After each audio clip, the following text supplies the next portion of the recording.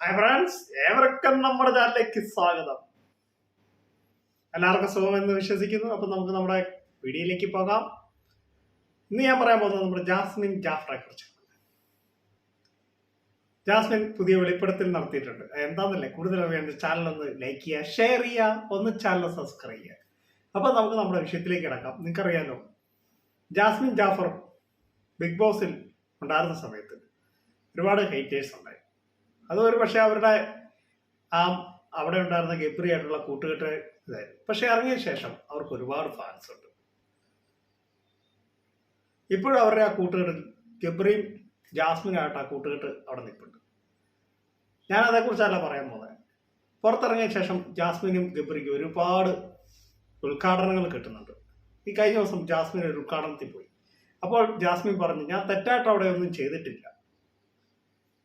അന്ന് അവിടെ വെച്ച് ഗബ്രി ഫ്രണ്ട് ഉണ്ട്, ഇപ്പോഴും ആ ഫ്രണ്ട്ഷിപ്പ് ഉണ്ട്, അതിപ്പോഴും ഞാൻ മുന്നോട്ട് കൊണ്ടുപോകുന്നുണ്ട് എന്നാണ് ജാസ്മിൻ പറഞ്ഞത്.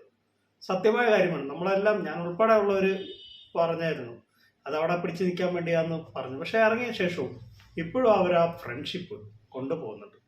ഒരുപക്ഷെ അവിടെ ആയിരുന്ന സമയത്ത്, ബിഗ് ബോസിലായിരുന്ന സമയത്ത് ഏറ്റവും കൂടുതൽ നെഗറ്റീവ് കിട്ടിയ ഒരാളാണ് ജാസ്മിൻ. പക്ഷെ പുറത്തിറങ്ങിയ ശേഷം ജാസ്മിന് ഒരുപാട് നെഗറ്റീവ് ഒന്നുമില്ല.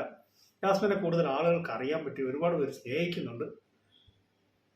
ഗബ്രി ആയിട്ടുള്ള ഫ്രണ്ട്ഷിപ്പ് ഇപ്പോഴും ഉണ്ട്. ഇപ്പോഴും അവർ ഒരുമിച്ച് പല സ്ഥലങ്ങളിൽ പോകാറുണ്ട്, ഉദ്ഘാടനങ്ങളിൽ പോകാറുണ്ട്.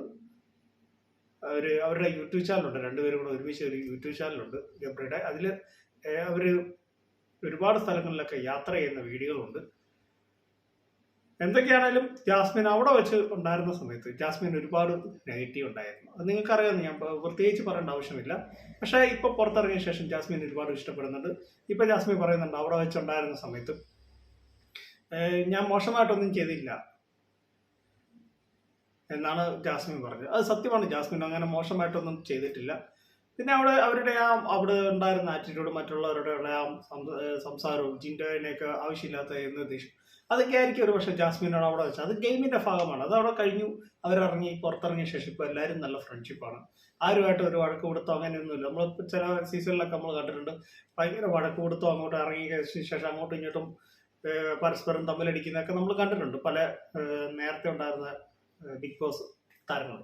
ഇപ്പം അങ്ങനെയൊന്നുമില്ല. ഇപ്പം അതെല്ലാം മാറി. അപ്പോൾ എൻ്റെ ഈ കൊച്ചു വീഡിയോ അവസാനിക്കാൻ നിങ്ങൾക്ക് ഇഷ്ടമായി വീഡിയോ ലൈക്ക് ചെയ്യുക, ഷെയർ ചെയ്യുക, നമ്മുടെ ചാനൽ സബ്സ്ക്രൈബ് ചെയ്യുക. Thank you, bye bye.